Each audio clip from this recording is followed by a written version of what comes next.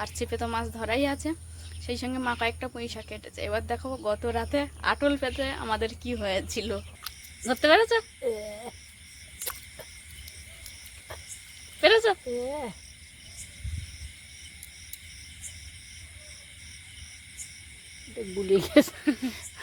এটা নামাও। কয়েকদিন আগে সংসারের কাজের ফাঁকে একটু ঘুরে আসলাম।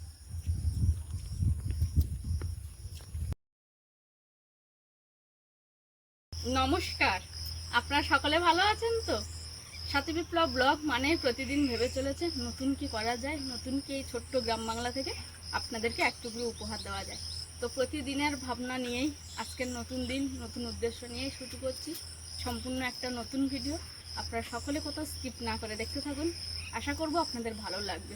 যে সকল দর্শক বন্ধু প্রথমবারের জন্য দেখছেন সাথী বিপ্লব ব্লগটি, যদি আপনাদের ভালো লেগে থাকে একটু সাবস্ক্রাইব করার অনুরোধ রইল, লাইক কমেন্ট শেয়ার করে পুরাতন দর্শক বন্ধুদের মতো আমাদের এই পথ চলাটাকে আরও সহজ মসৃণ করে আমাদের পাশে থাকুন। চলুন তাহলে পর্বটা শুরু করি। আমরা সকালে উঠে তো যে যার কাজে ব্যস্ত হয়ে যাই।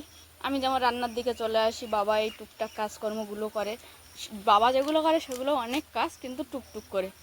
আর মা টিউশনিতে চলে যায় বাচ্চাদেরকে নিয়ে বসতে, ভাই ফার্মের দিকে চলে যায়। এই যেমন বৃষ্টি হচ্ছে, আমাদের এখানে পুরোপুরিভাবে বৃষ্টি নেমে গেছে, যাতে এই দয়ের মাটিগুলো ধুয়ে না যায় বৃষ্টির জলে, তাই বাবা এই যে কিছু বস্তা কেটে আর কঞ্চি দিয়ে এই যে পেরক মতো করে করে মেরে দিচ্ছে, যাতে বৃষ্টির জলে দোয়া ধুয়ে নষ্ট হয়ে না যায়। রান্নাবান্না সেরে রান্নাঘরটা গোছাবো, তেমন সময় দেখছি পুকুরে জলের আওয়াজ। আমি বলি কী হলো, এখন নতুন সিস্টেমে আজকে ভাই মাছ ধরবে, তাই পুকুরে মোটর চালিয়ে দিয়ে একটু ফোয়ারা টাইপের করে দিয়েছে। এইভাবে নাকি কি করে মাছ ধরা যায়। তো চলুন, আমি তো দেখবই আর আপনাদেরকেও দেখাবো।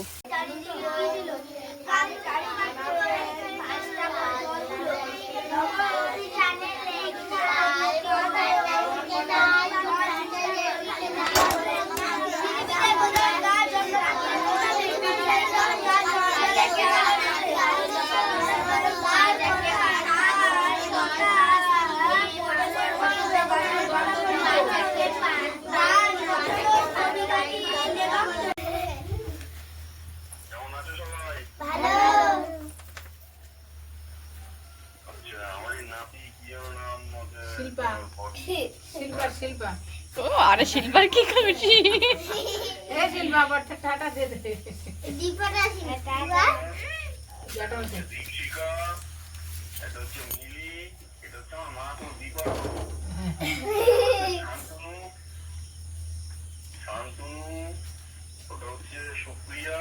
রাজি বাত তো করো, তুমি বাদ পড়ে যাচ্ছে কিন্তু।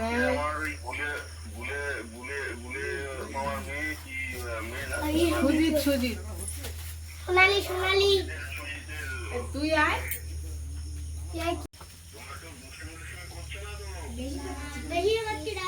কিছুক্ষণ মোটর চালিয়ে আর এই জল দিয়ে একটা ঢেউ ভাই তৈরি করলো।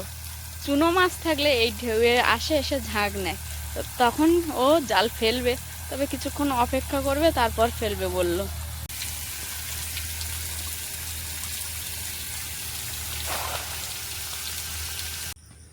জালের খেমন ফেলার পরে মোটর বন্ধ করে দেওয়া হয়েছে। এখন দেখা যাক, এই তো পড়েছে যে।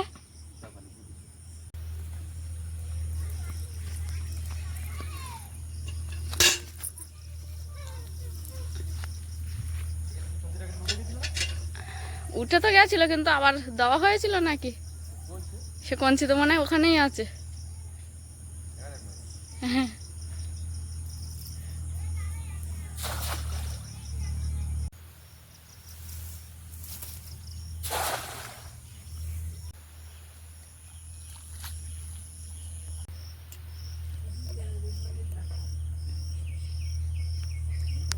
বড় পুকুরে মোটর চালিয়ে ফোয়ারা মতো করে জলের ঢেউ দেওয়াতে সেইভাবে কোনো মাছ পায়নি। ছোটো পুকুরটায় ভাই এই কোনায় একটাই মাত্র খেমন দেওয়ার জায়গা আছে, সেখানটায় খেমন দিয়েছিল। একটু আগে যে মোরলা মাছগুলো দেখালাম সবটাই এই পুকুরে পড়েছে, একটা অন্য কোনো মাছ পড়েনি। তো এখন আবার সেই মোটরটাকে একইভাবে ফোয়ারা সিস্টেম করে ভাই এই ছোটো পুকুরটায় খাটাচ্ছে। এবার সকালের খাওয়া দাওয়া করে তারপর আবার এই পুকুরে জাল ফেলা হবে।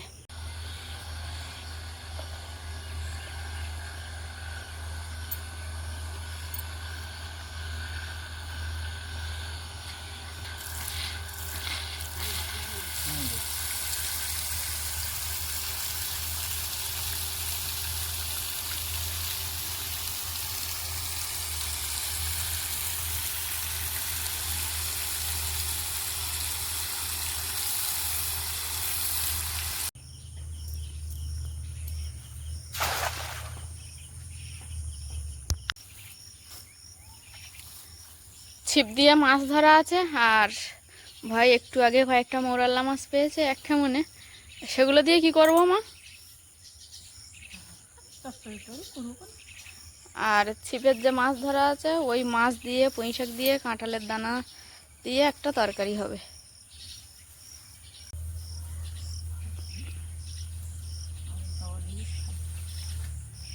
হয়ে যাবে ওতে। এইবার একদিন হ্যাঁ, কুমড়ো শাকের আগা আগা কেটে নেবার নিয়ে জলে জলে হাঁটবে।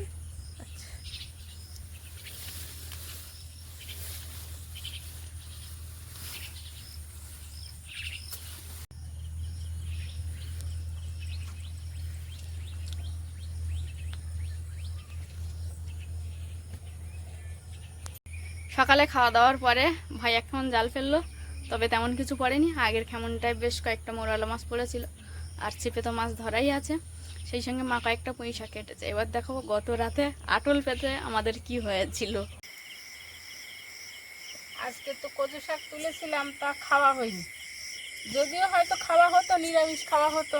তার মধ্যে আমার ভাইপো কোমল এলো কিছু সবজি নিয়ে। তা আজকের আটলটা পাতবো, যদি কিছু চিংড়ি মাছ পড়ে। সেই জন্য কাঁঠালের এঁচড় একটা ছেলে নিয়েছে, কাঁঠালের এঁচড় আর তালের এঁচড়ে ভালো চিংড়ি মাছ লাগে। তা বৌমার বললাম একটুখানি তুলে দাও দেখি, তাই এই তুলে নিয়ে বসেছি, মাখাচ্ছি, পেতে দেখি কি হয়।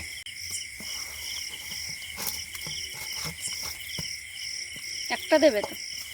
একটা আটল 3টে ভাগ করে দেবো।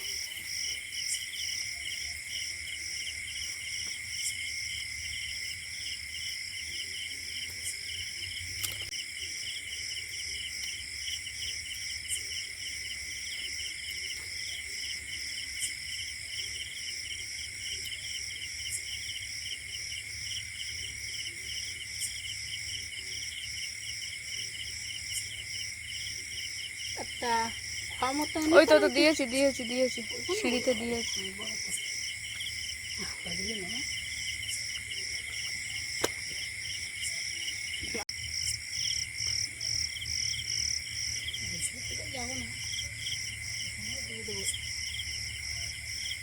মা এটা খুব বড় হয়েছে, তাকে দিয়ে যাবে একটু দিলাম তো।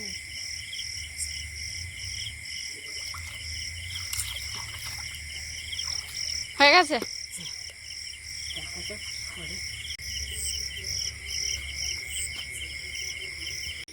সন্ধ্যেবেলা মা আর আমি দুজন মিলে পুকুরে আটল দিয়ে গেছিলাম। দেখতে পাচ্ছ? হ্যাঁ দেখা যাচ্ছে? হ্যাঁ, সেই আটলটা এখন একবার ঝেড়ে নেবো, নিয়ে আবার কেটে রাখবো। ধরতে পেরেছো? পেরেছো?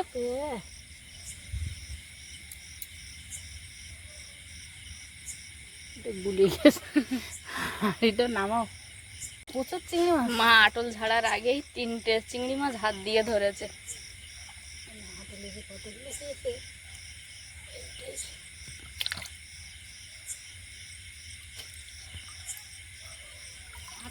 পড়িনি খুব বেশি। তাহলে রেখে দাও আবার। ওই ইয়ে দাও, ওই এটা দাও।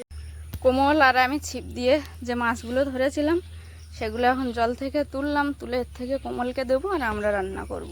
ছিপ ফেলে যে কটা মাছ পেয়েছিলাম তার থেকে সব থেকে বড় সাইজ এই মাছটা, এটা এখন আমি কোমলকে দিয়ে আসতে যাব।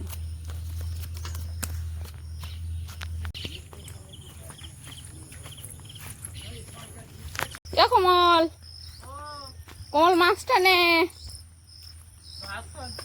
ভাত খাচ্ছিস? তাহলে কিসে রাখবো? মিলিয়ে ভাত খাচ্ছিস? আচ্ছা, আমি তাহলে ওখানেই রেখে দিচ্ছি।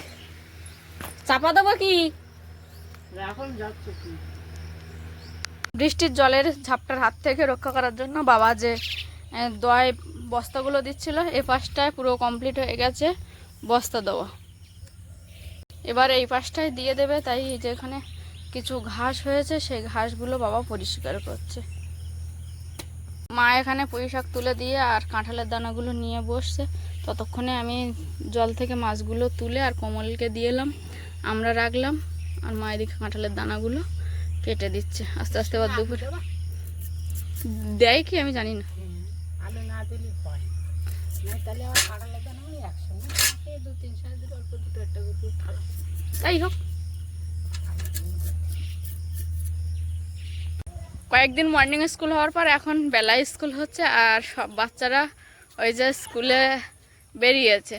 আমার সখীগণ সব পড়াশোনা এখানে করে সকালবেলা ব্যাগ রেখে গেছিলো, যে যার বাড়ি থেকে আবার ড্রেস চেঞ্জ করে খেয়ে দিয়ে এসছে, এসে এখন স্কুল আছে। তুই বিড়াল বাচ্চা নিয়ে স্কুলে যাচ্ছিস কেন? ছেড়ে দে ছেড়ে দে ছেড়ে দে। দীপশিকা বিড়াল বাচ্চা নিয়ে স্কুলে যাচ্ছে।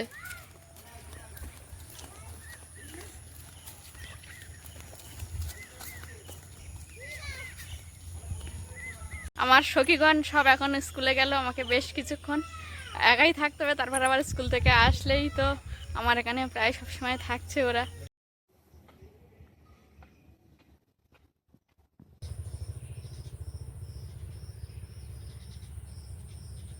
বাবা এই দটায় প্লাস্টিক লাগিয়ে দিচ্ছিল, সেটা দেখিয়ে আর আমি গেছিলাম রান্নাবান্নার দিকে। দুপুরে রান্নাবান্না সেরে উঠে দেখছি এদিকে দটা বেশ সুন্দর করে বস্তা দিয়ে ঢেকে দিয়েছে।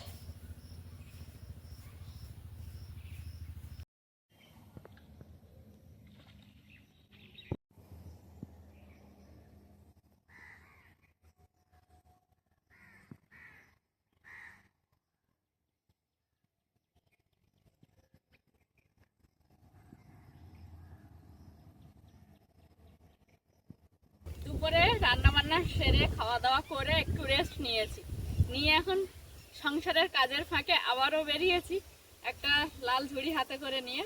তবে সেখানে না যাওয়া পর্যন্ত আপনাদেরকে বলতে পারছি না কি হচ্ছে। তবে আজকের বাচ্চাদেরকে একেবারে না জানিয়ে সারপ্রাইজটা দেবো। ওরা কেউ জানতো না, তবে একমাত্র মিলি জানতো। মিলির সঙ্গে প্ল্যানটা করেছিলাম, মিলি জানতো, তবে মিলি এখনো পড়তে আসেনি। তো যাই হোক, এখন যাচ্ছি সুরাতে দিদির বাড়ি। তো চলুন সকালে মিলে যাই সেখানে।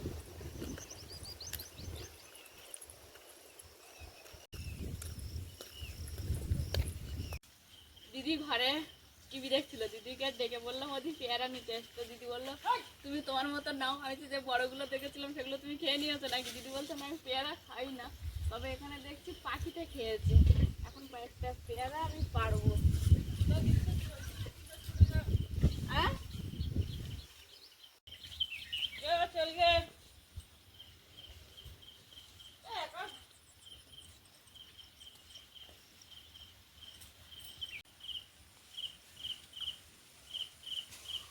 এই যে একটা পেয়ারা দেখছি পাখিতে খেয়েছে, আর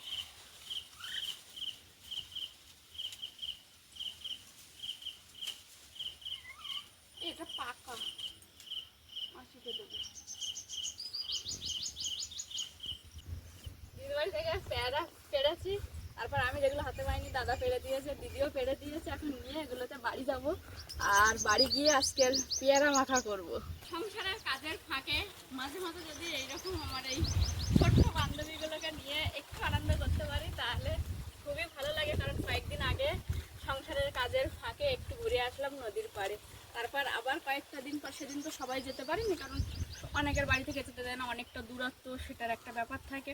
তারপর এখন আজকের আমাদের তো সকালে পড়তে আসবে, তখন এই পেয়ারা মাখাটা করে আমরা সবাই এক জায়গায় বসে খাবো আর আনন্দ করবো। দিদিদের বাড়ি থেকে দিদি দাদা দুজনে মিলে তো পেয়ারা তুলে দিয়েছে। এবার সোজাসুজি চলে এসেছি আমাদের লেবু গাছতলায়, একটা লেবু তুলে নিলাম।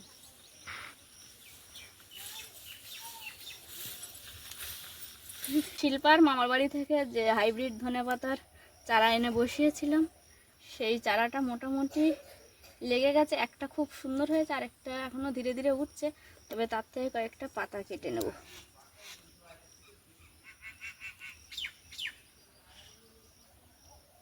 ব্যাস, আর নেব না। আমি পেয়ারা পেড়ে এনে দেখছি মিলি মার হাতে এইগুলো দিয়েছে। কোমলকে আজকে যে মাছটা দিয়ে এসেছিলাম ওই মাছে একটু ডিম ছিল, তাই কোমল একা ছেলে মানুষ মাছের ডিমের বড়া করেছে, মাছ দিয়ে তরকারি রান্না করেছে। সেই বড়া আবার বৌদির বাড়ির সকলের জন্য পাঠিয়েছে। একটু হয়তো পুড়ে পুড়ে গেছে, ছেলে মানুষ করে পাঠিয়েছে, এটাই অনেক পাওয়া কোমলের থেকে আমার। পেয়ারা মাখা করার জন্য সব রকম উপকরণ আমি এখানে নিয়ে চলে এসেছি। বালতিতে জল নিয়েছি, এগুলো ভালো করে ধুয়ে নেব। আর বাচ্চারা পড়তে এসছে, ওরা এখনও পড়ছে, ওরা জানে না। আমি পেয়ারাটা মাখা করে কিছুক্ষণ রাখবো, ওই জন্য আমি একটু আগে বানিয়ে নিচ্ছি। বালতিতে জল এনে ভালো করে পেয়ারাগুলোকে ধুয়ে নিয়েছি।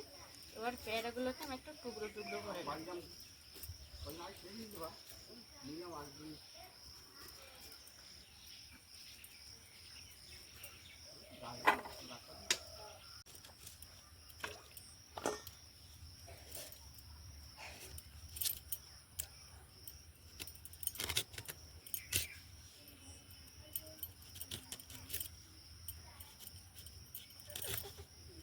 এখানে পেয়ারাগুলোকে টুকরো টুকরো করে কেটে নিয়েছি। এবার কয়েকটা টুকরোকে নিয়ে একটু শিলে ফেলে থেঁতো করব।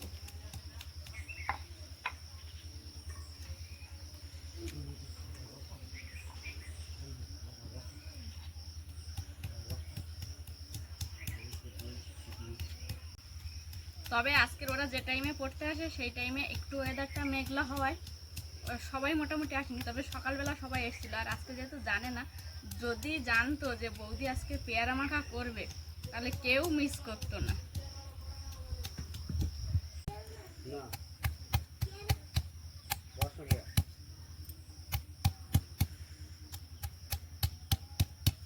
কয়েক টুকরো গোটা রাখবো আর কয়েক টুকরো শিলে ফেলে একটু থেঁতো করে নিলাম।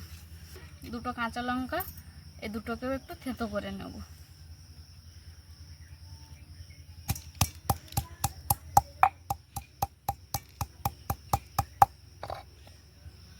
নিয়ে দিয়ে দিলাম। একটা গোটা লেবু তুলেছিলাম, তার থেকে অল্প একটু এক চির লেবু বার করে নিয়েছি, এটা চিপকে দেবো এর মধ্যে।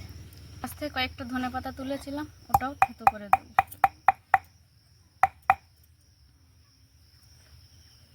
মধ্যে তো লঙ্কা, লেবু, ধনেপাতা দেওয়া হয়ে গেছে। দেবো হালকা করে একটু চিনি, বেশি একটা চিনি দেবো না, কারণ একটু ঝাল ঝাল খাবো আমরা। আর তারপর দেবো আমাদের এখানে জলজিরা পাওয়া যায়, ওই জলজিরা, পিঙ্ক সল্ট, চাট মশলা, মোটামুটি সব রকম উপকরণ দিয়েছি। এবার এই জায়গাকে ঢাকা দিয়ে একটু ঝাঁকিয়ে নেব।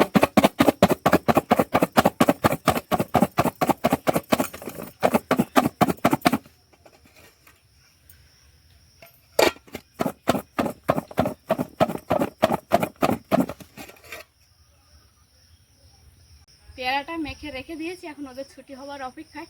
ততক্ষণে কোমল যে মাছের ডিমের বড়াটা দিয়েছিল সেটা আমি টেস্ট করব। খুব সুন্দর বানিয়েছো কোমল, ভালো হয়েছে খেতে। সংসারের কাজের ফাঁকে ফাঁকে এখন মাঝে মাঝে একটু নিজেও সাজা গোজার দিকে মন দিয়েছি হালকা করে। তেমনই অনেক দিন আলতা পরা হয়নি, তাই ভাবলাম আজকে যখন সময় আছে একটু আলতাও পরে নিই। আর মনটাও বেশ খুশি, ওদের ছুটি হলেই পেয়ারা মাখাটা খাবো, সেই সঙ্গে কোমলের পাঠানো মাছের ডিমের বড়া খেলাম।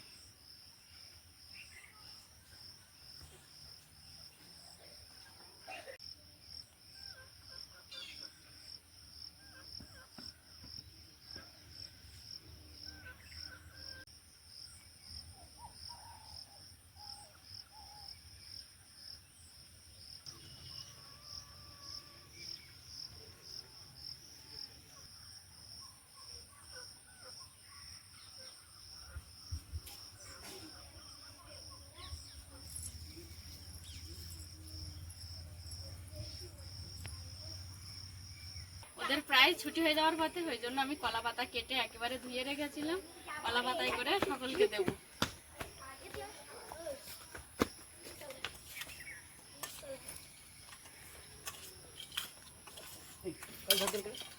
আবার একটু সুলাতা দিকেও দিয়ে আসতে হবে। দিদিকে ডেকে এসেছিলাম, তবে এখনো দিদি আসেনি। ভাগ করে নিয়েছি, এবার আস্তে আস্তে সকলকে দিয়ে দেবো। এনো কোয়েল ধরো, দু হাত দিয়ে ধরো কোয়েল। কে নাও, যাও এবার দাও, পরের জন আসো, পরের জন এগিয়ে আসো। নাও পরের জন নাও। তারপর সুপিয়া নাও, সুলাতা দিকটা আর আমারটা রেখেছি, দিদিকে দিয়ে আসবো আর আমিও খাবো।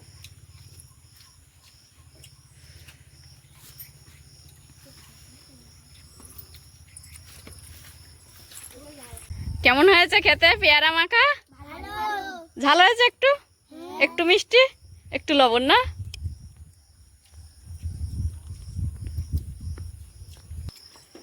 আমি আর বাদ যাই কেন, আমিও কলা পাতায় করে নিয়ে নিয়েছি, ওদের সঙ্গে খাবো। ভালোই লেগেছে মোটামুটি।